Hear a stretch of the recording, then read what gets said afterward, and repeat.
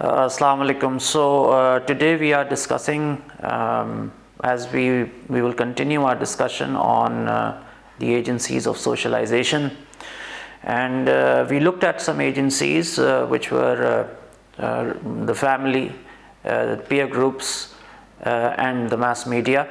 Today we are going to look at religion, and then we are going to carry on from there. So religion is also, when we talk about learning the values and norms of society, religion also plays a very important role, and it teaches us important moral values. So what is morality? Morality is our sense of right and wrong and good and bad. So religion plays a very important role. So our moral values are then significantly impacted by our religious values. And so a classic example of this will be the Ten Commandments, the Jewish Ten Commandments, which talk about duty to God and duty to parents, and duty to make sure that we don't harm others, and the duty to make sure that we lead a pure and clean way of life. So Swatis argues that modern religion, or contemporary religion, if to use the word, they have undergone a change. And what is the change that they have undergone? Significant change that they have undergone is that they have become more religion friendly. With the exception of the Quran, which is the Muslim holy book, no significant book in any religion has addressed women. So religions normally only address men. But over time, as Swatis has noticed, religions have become more female friendly. And but please keep one thing in mind, that religious values are powerful driving forces for only those who believe. So 10 commandments will be a strong force for and a strong method of socialization for those who believe in the commandments. But those who don't, for them they are not going to value much. Of course, religion can be a source of harmony, but religion can also be a source of conflict. And throughout history, religion, it's not that religion is the only source, but religion is a major source of conflict. And these conflicts then arise at two levels. Okay, one there is going to be conflict, and then this conflict will also be on two levels. One level will be inter-religious conflict, where two religions will go to war with one another. A classic example of this will be the Crusades. The Crusades, which start in the year 1096, and they continue for about 200 years, and the pendulum of power shifts between Christians and the Muslims. But then it continues in other forms also. It goes on right up to the 15th century, and is manifested in the fall of Constantinople, or the conquest of Constantinople, which happened in 1453, and then with the fall of the final fall of Muslims in Spain, which happened in 1492. So yes, there is conflict between religions. So this is one level where conflict takes place in the name of religion. There's another level where conflict takes place in the name of religion, and that is not inter-religious conflict, that is intra-religious conflict, where different denominations within the same religion, different sects within the same religion will fight with one another.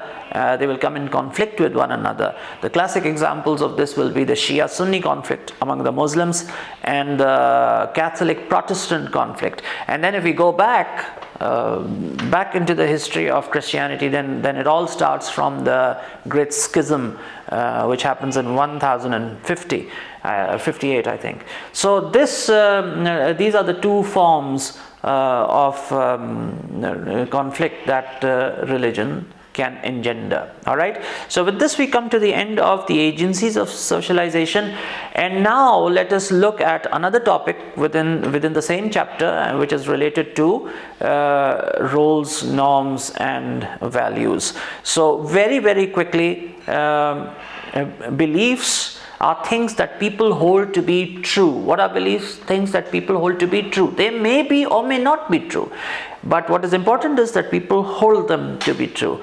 And then there are values. What are values? Values are expectations of behavior that arise in society from people. And then when people behave in certain ways, a certain as we spoke about structuration, if you remember. So when people behave in certain ways, certain norms of behavior develop, and then they become they are then reinforced, and then they become a pattern, and then a tradition and a culture develops. All right, let's move on. So we will now talk about we have spoken about primary and secondary agencies of socialization. We will now quickly talk about culture. So culture, when we talk about culture, as I said, culture is the way we do things, and culture has two aspects. One is the material culture, and the other is the immaterial culture. The material culture, of course, is reflected in the artifacts, in things, and in the what are the modern artifacts? When we talk about artifacts, usually things that come to mind are the wheel from Mohenjo-daro, or the chariots or stuff like that, or the utensils that people made of clay. But there are modern artifacts as well. Cars are artifacts. Mobile phones are artifacts. Books are artifacts. So let's say 10,000 years from now, when we are dead and gone, and our culture has also gone deep within the ground, people excavating us will probably discover that we used cameras, we used mobile phones, and those were the artifacts of our age. So artifacts are the physical things that become representative of culture. But then there is the immaterial or the non-material culture. The non-material culture is, to my mind, it's more important, because if you reclaim the artifacts, unless and until the ideas behind those artifacts are available. So what are non-material culture? Non-material culture involves two things: beliefs and knowledge of people. So people living in certain age, they will have a set of beliefs and they will have a set of knowledge. So that is more important. The pyramids stand in Egypt, but they cannot be rebuilt. We cannot reconstruct them. They stand there and we see them, but we still cannot rebuild them. Why? The material culture is there, but the immaterial culture, which was the knowledge behind that creation, is gone. On the other hand, if the material culture disappears, but the non-material culture, the knowledge is available, then at any point in time, using that knowledge, we can reconstruct those materials that existed. So Merton, of course, writing in 1957, he talks about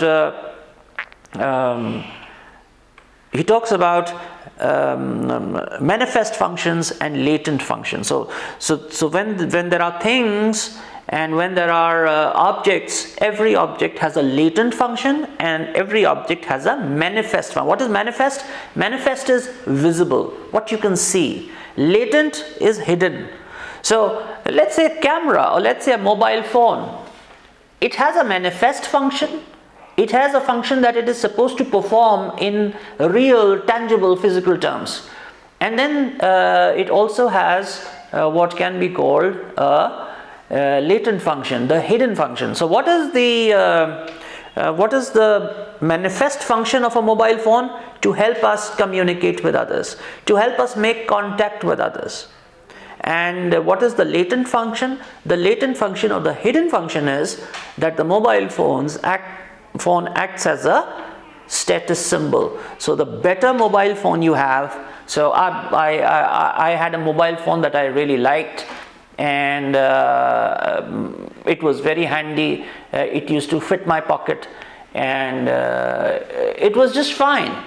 And when I was promoted, when I became the head teacher, people came to congratulate me, and while congratulating, they said, "Sir, the time has come for you to change your phone." So I did not notice my phone, but everyone else was noticing it, and everyone else believed that I should not use that phone because maybe it was good. Its manifest function was good, but its latent function as a status symbol was not very appealing. So, these are some aspects of, and that then brings us to the idea of the social construction of reality. Okay, reality is constructed in our minds, and this is more like the interpretivist and the interactionist way of thinking that we spoke about. It is created through a process of interaction over a long period of time. All right, so that is about it, and now we are going to move on to the idea of power. So whenever we talk about power, the idea of power comes from the theories of Max Weber. So what is power? Okay. Power has been defined in different ways, but one aspect of power is its ability to effect change, its ability to bring about change. So, but is power always about bringing change? So, Luke's then talks about power as being the ability to stop change. So sometimes people are powerful because they can bring about change. At other times, people are powerful because they are able to maintain the status quo. And this definition may be very appealing to the Marxists, because they talk about the status quo and they don't like the status quo. However, Weber spoke about two types of power. He speaks about coercive power and consensual power. So coercive power is power where you can force someone to obey you. That's the first form of power, where you can force somebody to obey you. And how can you do that? You can do that by, in most instances, through the threat of punishment. Then there's another power. That power is consensual, where people agree to obey. They agree to obey because they believe that obeying is the right thing to do. So in consensual power, that is the thing. So when you are able to wield consensual power, where people are ready to obey you because they think it is right to obey you, then what you have is called authority. So authority is legitimate power. Authority comes from legitimate power, and this authority can further then be divided into three types. The first is charismatic authority or charismatic power. So what happens in charismatic power? In charismatic power, you obey someone because you have trust in him. His personality is one that inspires trust. So it's more personality oriented power, charisma. All right, and then the second is traditional power. In traditional power, the power comes from tradition, it comes from customs, it comes from your lineage, it comes from your background, it comes from your ability to control land or administer land. So and in many parts of the world, such loyalties do exist till this day, and they are pretty strong because tradition is a very strong source of power. However, Weber is most concerned, and he is most impressed with the third form of power, which is rational power, because rational power is derived from the law. All right, so rational, legal power. This is something that he talks about. Okay, and now we go to class identities. Class, again, a very important source of sociological perspective. So let's talk about class. So classes traditionally have been divided into, people traditionally have been divided into three classes: the lower class, the middle class, and the upper class. So when we talk about lower class, then we will have to talk about the traditional view of the lower class and the later or the contemporary view of the working class. So traditionally, the working class, when you spoke about the working class, what were you talking about? Especially in Britain, you were talking about the traditional the traditional manual worker. All right, and this manual worker had employment in, of course, the manufacturing industry, and this all developed with the industrial revolution. So people here then identified themselves as a class on the basis of their occupation. So this is also called the people had their self-image based on the class, the working. It was called the working class self, in fact. Okay. However, Crompton has suggested that over time, the working class image, in fact, the working environment has changed. The working environment has changed because previously the workers were more like employed in the manufacturing sector. Today, however, a new sector has developed, which is the service sector, and this service sector is comprised of the banking sector, the IT sector, the computing sector, and the image, that swarthy image of the working class has now undergone a change, and there is a new working class. All right, this is more like a privatized, home-based class, and this new class then does not have a fixed identity. These people are working with new machines, they are working with new technology. They are not very happy with their current status. They are ready to move on from one social strata to another social strata. So this is the modern working lower class is a very ambitious lower class. They are the lower class, but they will never adopt the class self-image. They are not the working class self. They see themselves as able and willing to move from the lower class to the upper class. So their work is not really their identity, their work is instrumental. Instrumental means that they are going to use their current work to move from one strata of society to another. They are going to move up. All right, and then we talk about the middle class. So what is the traditional image of the middle class? The middle class is made up of professionals. It's not manual worker. The traditional middle class was not the worker. It's made up of professionals, doctors, lawyers, and they run companies. They also have a degree of power and the ability to make decisions. All right, so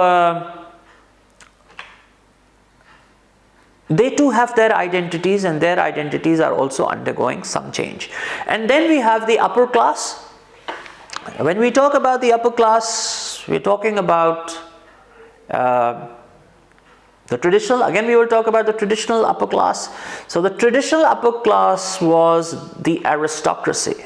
So what is the aristocracy? People who hold lands. All right. So if a man in the previous years, in the previous centuries, wanted to become a powerful person, so the answer was simple: you go and grab land. Okay, it was not possible in those days to buy large land holdings, so that usually led to battles, wars, and the grabbing of land from one person grabbing another person's land, and the person, of course, who ended up grabbing all the land became the king. The same was true of women. If women wanted to move from one strata of society to another, if they wanted to move to the upper class, the answer was simple: you marry someone who had a lot of land. All right. So everything revolved around land, and then this became the traditional upper class, which was the aristocracy, it is still prevalent in many parts in the world. But the modern upper class is made up of the business class. Yes, they have lands, but it's not the productive agricultural land that we had in the past. This land is used more for business, and the business can be of two types. It can be used for manufacturing, or it can be used for providing services. And then this today, this upper class today then is known as the business elite. All right, and Peel says that there is a blurring of the distinction between the upper class and the middle class. Why? Because the middle class identity is slightly difficult to explain these days. If the working class are not willing to see themselves as the working class, if they are not willing to use it as a permanent fixed class identity, if they are willing to use work as something which is purely instrumental, then think about the middle class. The middle class come above the working class. So the middle class also define themselves in various ways. They look at themselves in various ways. They say, one view of looking at themselves is, we are not the lower class. Okay, so they have some identities are we are not the lower class. So there's a very strong break. Rather than saying I'm this, you're saying I'm not this. So you're breaking from the lower class. You're trying to establish that you have an identity independent of the class lower than you. The second is, yes, I am not the lower class, but the second identity is I am above the lower class. So the first is I am not the lower class, the second is I am above the lower class. Okay. Again, this is an even stronger expression of separation from the lower class. And then there is a third expression which is even stronger than the first two, and that is when you say that the middle class, as a middle class, I come below the upper class. So now you are not relating yourself, you are not seeing yourself in relation to the lower class, you are seeing yourself in relation to the upper class. I come below the upper class. So what does that mean? It doesn't mean that you have accepted your position as the lesser part of society, as the lesser people in society. It does not mean that at all. It simply means that I come below the upper class and I'll make a move. I have, so to speak, the upper class in my gun sights, and I'm going to try to move to the upper class. So these are some of the things that we talk about. And then, of course, we come to the crisis. And the crisis, where does the crisis come? The crisis comes in another important angle from which we approach sociological problems, and that is related to gender. So now we are talking about gender. So in gender, when we talk about crisis, we're talking about mainly male identities. Okay, feminine identities may undergo crises, but the main crisis that is faced is the male identity crisis. And the male identity crisis has engendered two particular forms of exaggerated masculinity. As men try to reassert their traditional role, and they are trying to find ways of how to reassert, crisis emerges. But this as a result of this crisis, two different types of male reactions have been noticed, and these are number one is retributive masculinity. Retributive would mean here, retributive normally means punishing, but here not in the sense of punishing. But retributive would mean that males want to reclaim their traditional roles. Okay? They consider those who are unable to perform these roles emasculated. So what do these males do? How do they reassert? They show a high level of aggression. And there is they resort to binge drinking and womanizing. All right.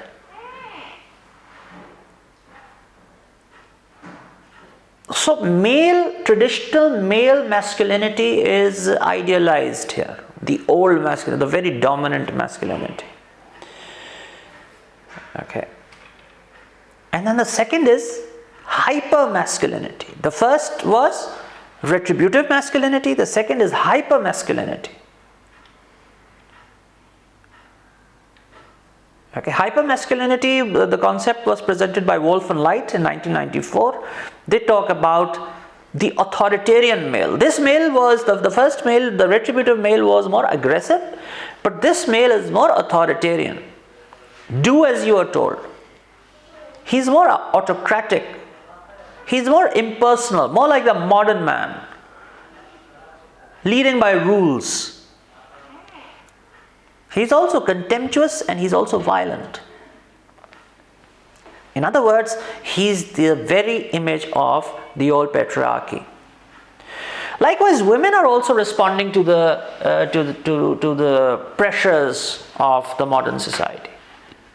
So they also have the new feminine identities, and there are three types of feminine identities which will be discussed here. The first are the contingent identities, the second are the assertive identity or assertive femininity, and the third is the autonomous femininity. So let's look at these more closely. Contingent femininity are in contingent femininity, you take the male beliefs into account. What do the males believe about us? What do the men believe about us? And what are their demands? So here in contingent, the demand of the men become the defining feature of femininity. All right, what is proper femininity? That's defined more by the demands of men. And within these, of course, there are two types of femininity. So within contingent femininity, you have two types of femininities. The first is normalized femininity, and the second is sexualized femininity. So in normalized, what is normalized femininity? In normalized femininity, again, you take the demand of men into consideration, but what are their demands? The demand is simple: play a secondary role to me. So women here will try to play a secondary role. They are mothers, they are wives, they are girlfriends, they are sisters. And in all these relationships, the male will end up having the upper hand. So it's contingent and it's normalized. That's the way it is. It also fulfills the demands of men and keeps society normalized. Okay. Now, what is the purpose of this? What is the main objective of this? Constantly readjusting your identity to ensure that you get masculine approval. So the main thing here is, if men have to approve who you are as a woman, then the woman has to constantly adjust, keep changing herself, so that at every point she receives the approval of the menfolk.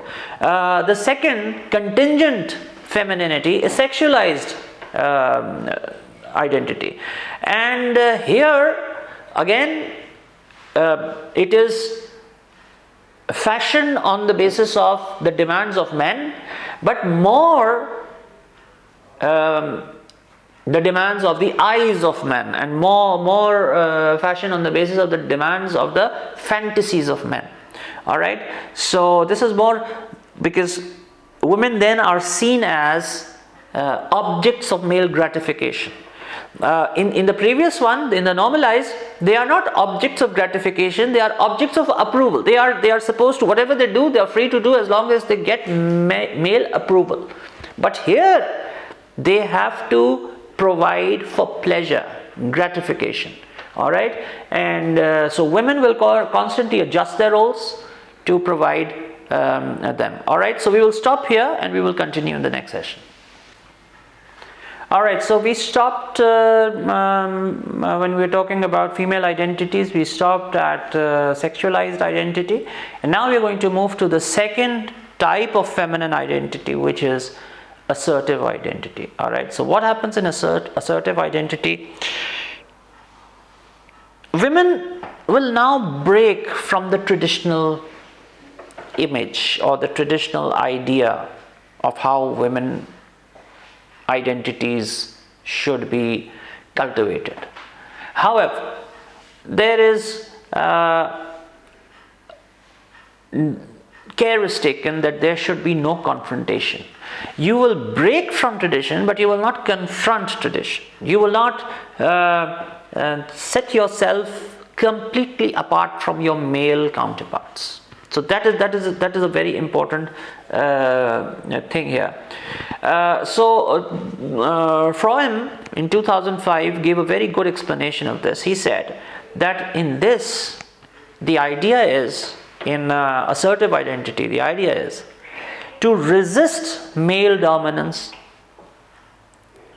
without trying to overthrow male power. All right, so you're not here to overthrow the male domination, but you are here to resist its abuse. So that leads us to the different types of assertive identities. So assertive identities also are of three types. Okay, the previous identity that we saw, contingent femininity, that was of two types, normalized and sexualized. This, which is the assertive identity, this is of three types. The first is the girl power identity, the second is the modernized femininity, and the third is the aging femininity. All right, so let's now look at what girl power means here. So girl power means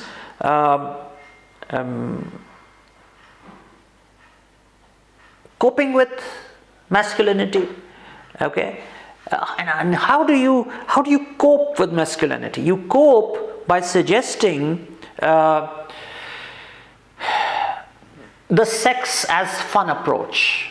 All right, to speak the truth, and if you go back in history and you look at it, the wild 60s, I believe that was a very major attempt to deal with the demands of men of the time by resorting to the idea of sex as fun. All right, make love, not war. Well, that was a hip movement, but apart from that, the wild side of the 60s mainly was because the girl power became a very important thing at that time. But when you talk about girl power, then it will be girl power only. Such an approach will have no place for aging women. It will have no place for older women. So it is what it is. It is girl power. It is nothing else. All right. So that is one thing. And then the second is the modernized identity. The modernized identity or the modernized femininity relates to older groups, and they develop individualism and liberty, but within the context of culture and within the context of the family. All right, and then the third is the aging femininity. So the aging femininity is, what is wrong if I'm old? All right. Now I do remember that a few years ago when a movie was released, it starred Diane Keaton. And one of the things that she complained about was, when she was asked why she played a role in that movie, so she said that she was appalled that movies these days have no place for older women. All right, and if you can go back to the background of Diane Keaton and you look at that the classic movie Godfather. So you'll realize that Diane Keaton was an extremely good-looking, and she had a very innocent-looking face and a very beautiful face. But the same Diane Keaton, when she becomes old, she cannot find a place in movies because she's not the girl that she used to be anymore. So that was her way of reasserting herself, and that was her way. But playing the lead role in the movie alongside Jack Nicholson, she is saying, she's making a point. She's saying that, look, aging femininity is also an identity which should be recognized. All right. So older women can also be. That's the point Diane Keaton is making. That when I was young, I was fashionable. When I was young, I was good looking. But now that I'm old, I can still be fashionable. I can still be active. And I can still be sexually active. All right. So that is the idea behind the aging femininity, that the older women cannot be ignored. And then there's the third femininity, or the third feminine identity, which is autonomous femininity. Now, this autonomous femininity is dealing with men on the woman's terms. Now, here she's not playing a role within context. It's not related to context anymore. Now she's not concerned whether the old traditional relationship with men is disrupted or not. If it is disrupted and if it is damaged, so be it. They will still continue and deliver themselves or free themselves from the traditional constraints that placed men at the hem.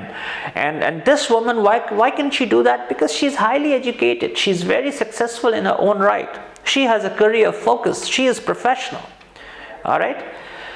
So these are the three types of identities. I'll quickly go over, very quickly, before we close, I'll go over ethnic identities, which is the third very important angle from which we look at sociological identities. And here, ethnicity, of course, an ethnic group is a smaller group within a larger culture. But please keep in mind, like everything else, ethnicity is also a social construction. It's very important for students to keep that in mind. Ethnicity is a social construction. All right, we're not discussing biological notions of race. Okay, the biological notion of race, Ossorio suggests that it is not right when you are talking about ethnicity from the sociological point of view. There's no credible scientific evidence that one race is fundamentally different from another. We believe, the sociologists would argue, that ethnicity is more a social construction. So there are a set of a combination of cultural differences which separates one ethnic group from the other. All right, these are not biological differences. These are sociological differences. These are cultural differences. Okay, what are the differences that will set people apart in different ethnic groups? The same differences that we spoke about earlier: religion, family background, beliefs, values, and norms. If you look at ethnicities closely, you will realize that the main difference between them exists in these areas. All right, so that will bring us to the end of the second chapter, and we will of course go on to the third one very soon. Thank you very much for your time.